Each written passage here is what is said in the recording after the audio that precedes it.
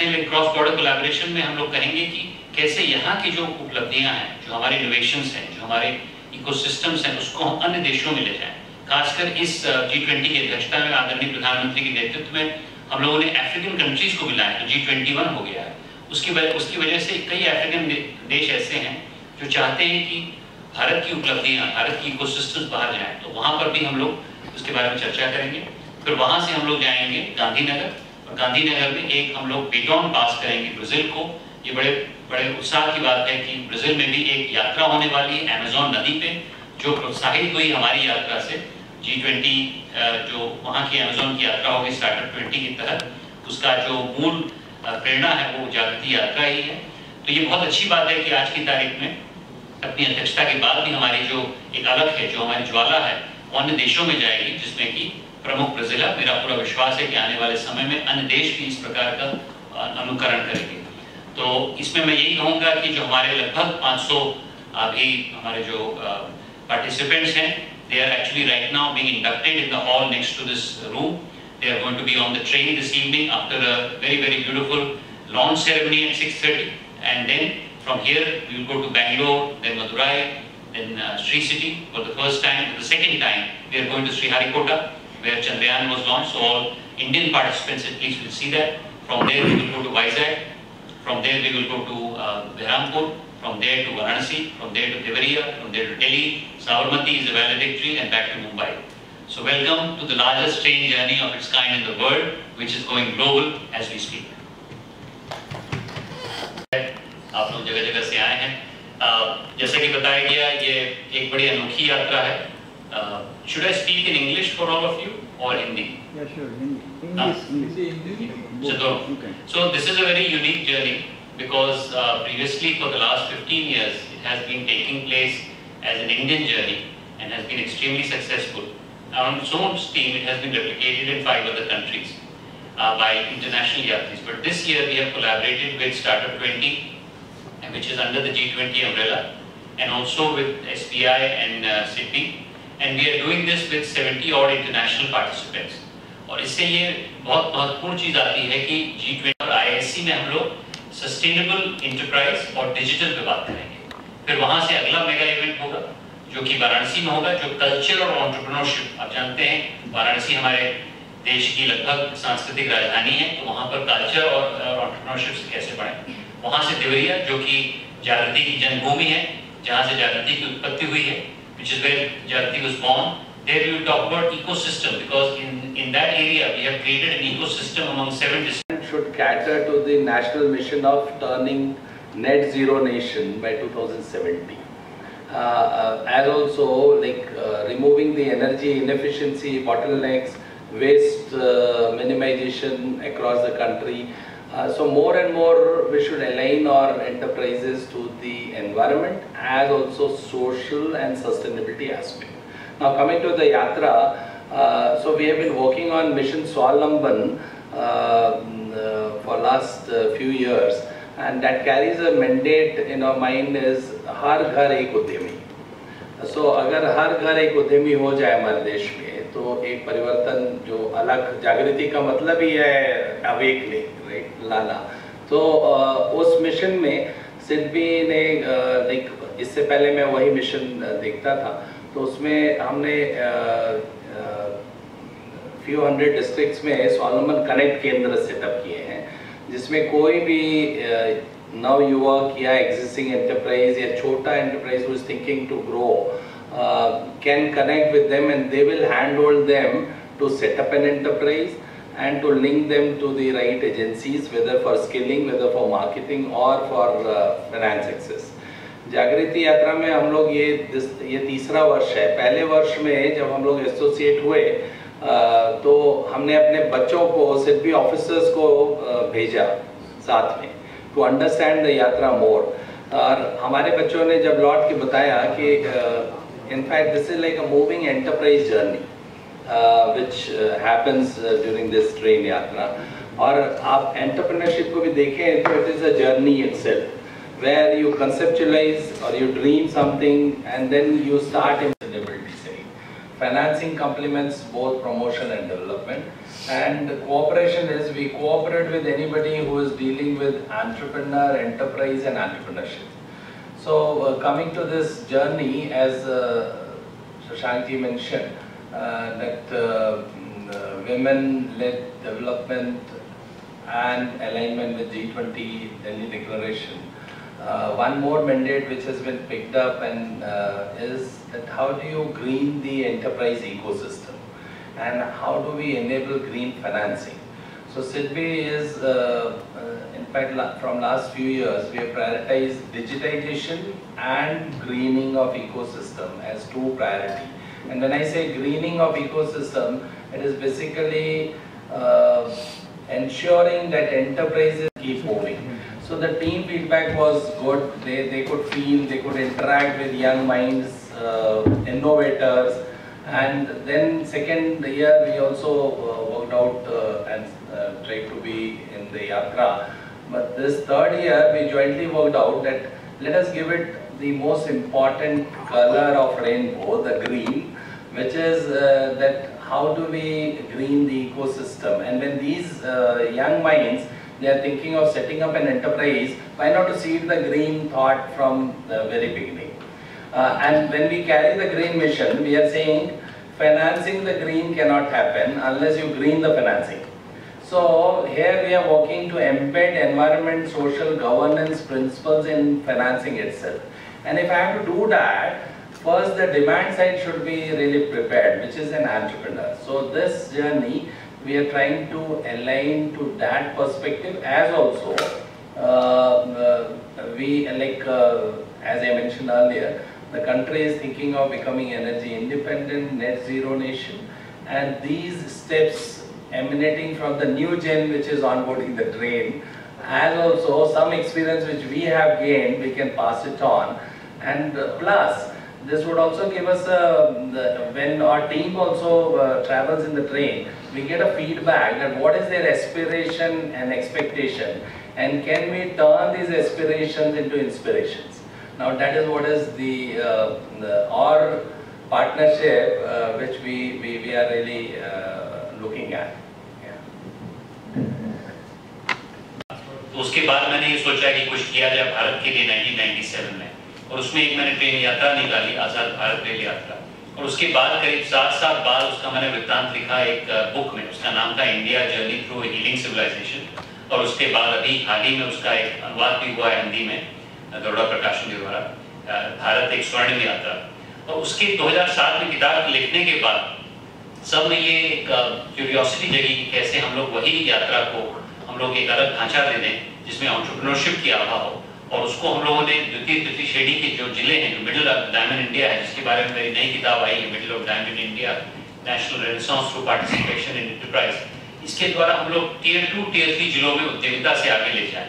और उसमें थोड़ा बहुत मेरा और आरके सर का दोनों का ये है कि हम दोनों लोग आर्मी अफसर के लड़के हैं, तो हम लोग को घुमक्कड़ी का ज़्यादा शौक है, तो घुमक्कड़ी भी एक धर्म है जो कि नवयुवक हमारे देश के अपनाना चाहते हैं। That is why the Yatra is so successful, because it appeals to the youth of this nation.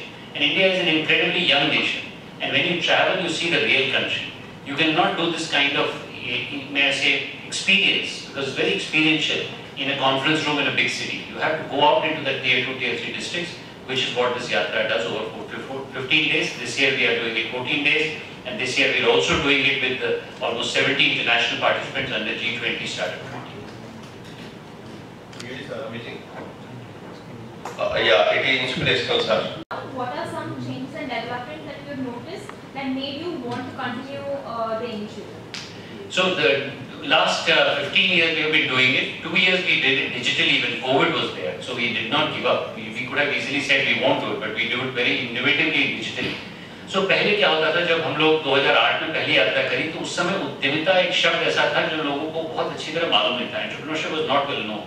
It had started getting known in big cities because Infosys, TCS and others were there. But it was not so well known in these smaller towns and districts. So when we first went there was a lot of talk about why are we doing this, why don't we think about skilling. But we were very persistent that we wanted to do an Udyamita Yatra. And the change that I've noticed is twofold. Today, if we take the journey, there's a lot more receptiveness among small towns and districts. Because ये सरकार या के जो नौकरी है या फिर private sector की भी जो नौकरी वो कम होती जा रही है। ऑटोमेशन हो रहा है प्राइवेट सेक्टर में, सरकार भी इतनी ज़्यादा नौकरी नहीं दे रही जितनी पहले होती थी। तो इसलिए सबको समझ में आ गया है कि सबसे ज़्यादा विकल्प बेरोजगारी का स्वरोजगार ही है, और स्वरोजगार के लिए काफ़ी लोग उत्सुक हैं। एक तो ये, दूसरी चीज़ जो मैंने नोटिस करी उसमें वो ये था कि लर्निंग किसी बड़े व्यक्ति से नहीं होती। पहले हम समझते थे कि बड़े व्यक्ति से आकर मिलकर लर्निंग करेंगे, वो होता है कुछ हद तक। सबसे बड़ी लर्निंग एक दूसरे से होती है। मान लीजिए इस बार 22,000 लोगों ने आवेदन दिया है, उसमें 6,000 अच्छे आवेदन थे, उसमें से 500-400 लोग सेलेक्ट हुए हैं। तो हमारे जो लोग हैं उस यात्रा में, तो मेरा पर्सनल अनुभव ये रहा है कि हम लोग कैसे अन्य लोगों से सीखें। गणतंत्र की परिभाषा ये है कि हम लोग अन्य लोगों से सीखें, सिर्फ सरकार से, बड़े लोगों से न सीखें। सरकार की बहुत बड़ी भूमिका है, समाज की बहुत बड़ी भूमिका और प्राइवेट सेक्टर की। और व्हाट केप्ट अस गोइंग, एक अच्छी यात्रा बन गई और उसमें बहुत एक दिलचस्प कहानियां हैं। 7,500 लड़के लड़कियां हमने तैयार किए हैं। इस बार आज की तारीख में 8,000 हो गए हैं, क्योंकि 500 लोग हमारे साथ इस बार चल रहे हैं। तो बहुत रोचक यात्रा है, विश्व में बहुत इसकी ख्याति हो गई है, 5 देशों में वैसे इसका अनुकरण हुआ है। So it's one of the biggest exports of innovation from India to the international world in the case of उद्यमिता। रिस्पांस कैसा आया था पार्टिसिपेंट का? दूसरा साल है तो किस तरह पहले की अपेक्षा ज़्यादा लोग हिस्सा लेना चाहते क्या? देखिए पहले क्या होता था कि कुछ लोग समझ नहीं पाते थे, खासकर महिलाएं पहले समझ नहीं पाती थी कि भाई 15 दिन की यात्रा है, कैसे जाएं। पेरेंट्स भी थोड़ा झिझकते थे, लेकिन अब ब्रांड इतना अच्छा हो गया है। जैसे उदाहरण के तौर पे मैं 1-2 बार जाता था अपने प्रीवियस कंपनी में, IIM अहमदाबाद, IIM बैंगलोर और IIT दिल्ली और IIT बॉम्बे रिक्रूट करने के लिए। तो जब भी मैं कुछ कहता था तो तालियां बजने लगती थी, क्योंकि मैं अपने बारे में ज़्यादा नहीं बात करता था, लेकिन मैं बोलता था मैं फाउंडर हूँ जागृति का। तो आज की तारीख में काफ़ी प्रसिद्ध हो गई है, उसकी वजह से अब रिस्पॉन्स बहुत ही अच्छा मिल रहा है। पहले भी रिस्पॉन्स अच्छा था, मैं ये नहीं कहूँगा, क्योंकि यात्रा एक ऐसा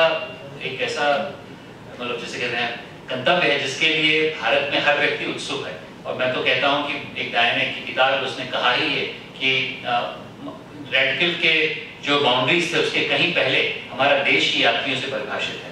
मान लीजिए रामेश्वरम चल के जाते हैं लोग, बद्रीनाथ केदारनाथ जाते हैं, तो उसी श्रृंखला में हम लोगों ने इस यात्रा को किया है, जहाँ पर हर यात्री, हर व्यक्ति बहुत उत्सुक रहता है कि मैं औरों के साथ सत्संग करके कैसे 500 लोगों के साथ एक ट्रेन में चलूं। इनफैक्ट मैं ऐड करूंगा from diamond India national renaissance through participation and enterprise, ये पेंगुइन ने छापी है। इसका हिंदी का भी अनुवाद जनवरी में पेंगुइन ही प्रकाशित कर रहा है, और ये करीब 400 पन्ने की किताब है।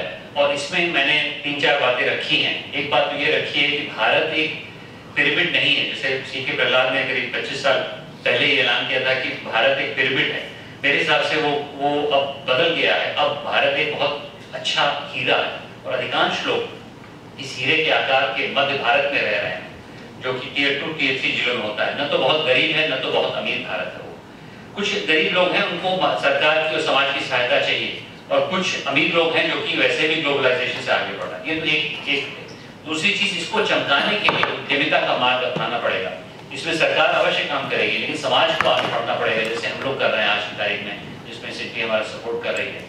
तो तीसरी चीज मैंने कही है कि इसको अगर देखें, इस भारत को और इसके कल्चर को, तो यहाँ से एक नई मॉडर्निटी आ सकती है।